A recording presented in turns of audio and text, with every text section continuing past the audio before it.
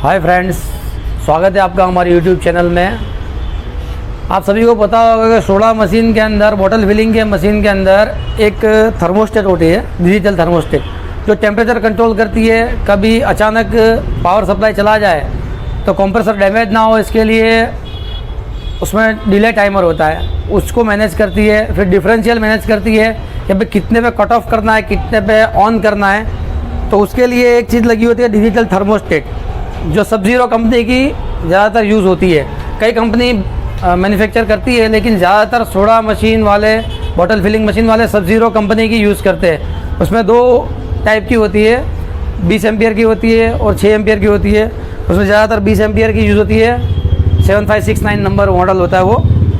तो आपको उसके बारे में आज जानकारी दूंगा और उसके सेटिंग्स क्या होते हैं कि आप अपने हाथों से मैनेज कर सकते हो टेम्परेचर। कई बार गर्मियों में अलग टेम्परेचर रखना पड़ता है, सर्दियों में अलग टेम्परेचर रखना पड़ता है, ताकि कस्टमर्स को हम अच्छी सर्विस दे सकें।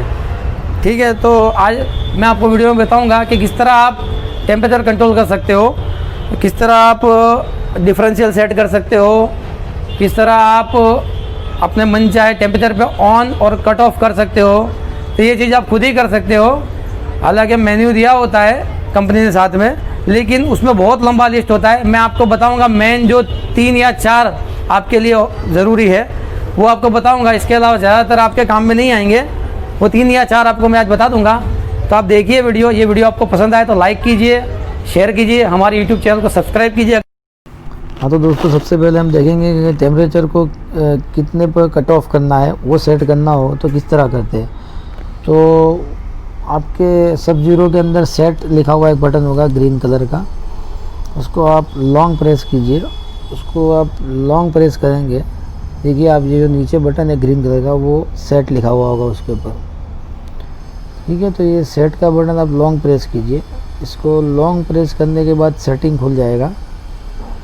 ठीक है, देखिए इस तरह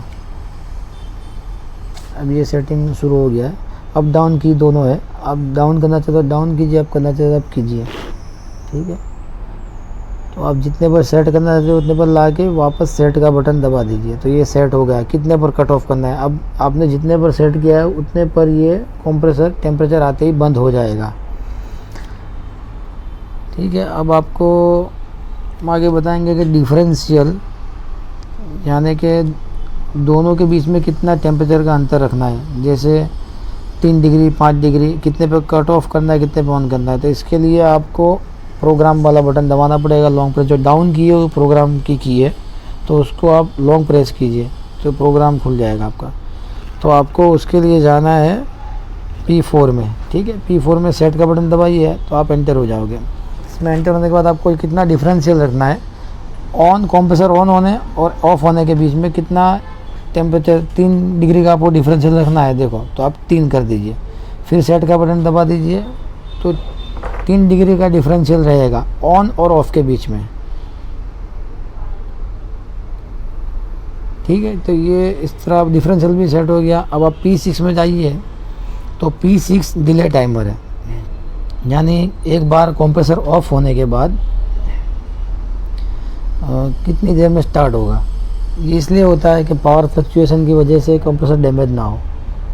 तो आप P6 में जाकर, नॉर्मली लोग 3 मिनट का डिले टाइमर रखते हैं, ये सेट हो गया 3 मिनट। ठीक, P6 में जाकर P6 सेट का बटन दबाइए तो आप एंटर हो जाओगे। फिर आपको 3 मिनट 5 मिनट जो भी रखना है आप रखिए, और फिर वापस सेट का बटन दबाएंगे तो उतने मिनट का डिले टाइमर सेट हो जाएगा उसमें। ये तो इस तरह आप डिले टाइमर सेट कर सकते हो अपने हिसाब से।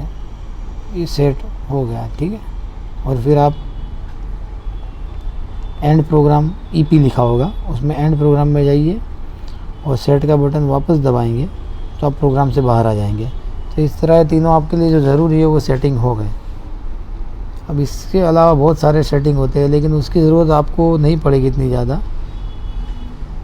तो ये जो ज़रूरी थे वो सेटिंग मैंने बता दिए। अभी -10 पे है, तो जब आपने 3 मिनट का डिफरेंशियल सेट किया है तो -7 पे आते ही कंप्रेसर स्टार्ट हो जाएगा। ये लाइट जो ऑन ऑफ हो रही है वो ऑन हो जाएगी। ठीक है। तो ये -7 पे आते ही स्टार्ट हो जाएगा, क्योंकि हमने 3 डिग्री का डिफरेंशियल रखा है।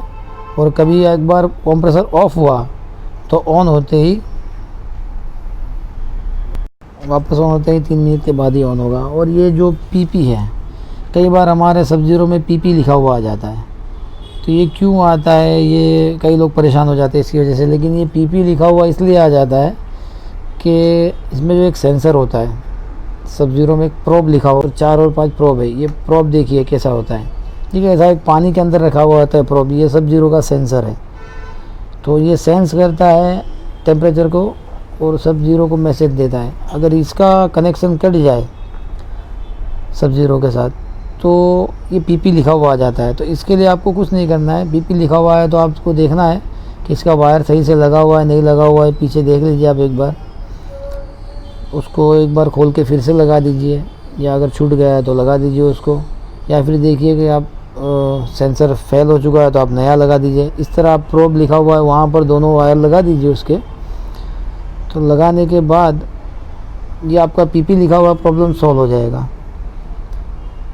हाँ, आपको लगाना है। और ये जब आप ऑन करेंगे प्रोब लगाने के बाद, प्रोब के 2 वायर लगाने के बाद सेंसर के, तो आपको टेम्परेचर दिखाने लगेगा, पीपी लिखा हुआ हट जाएगा और आपको टेम्परेचर शो करना शुरू हो जाएगा। ठीक है। तो आपके लिए जो ज़रूरी थी वो बातें मैंने बता दी है। ओके। ये जानकारी आपको अगर अच्छी लगी हो तो वीडियो ज़रूर लाइक कीजिए, और अगर आपको कुछ हमारे लिए सुझाव हो तो सुझाव हमें कमेंट में दीजिए। और अगर आपको कोई स्पेयर्स की या मशीन की ज़रूरत हो तो हमें कॉल कीजिए, व्हाट्सएप कीजिए, नंबर दिया गया है, इसी नंबर पर कॉल कीजिए, व्हाट्सएप कीजिए। और अगर कोई आपको जानकारी हासिल करनी हो और ज़्यादा, इसके मतलब बेफिक्र आप हमें कॉल कीजिए, व्हाट्सएप कीजिए, ठीक है, हम आपको जवाब देंगे। ठीक है दोस्तों, आज के लिए इतना काफ़ी, अगले वीडियो में फिर मिलेंगे। बाय।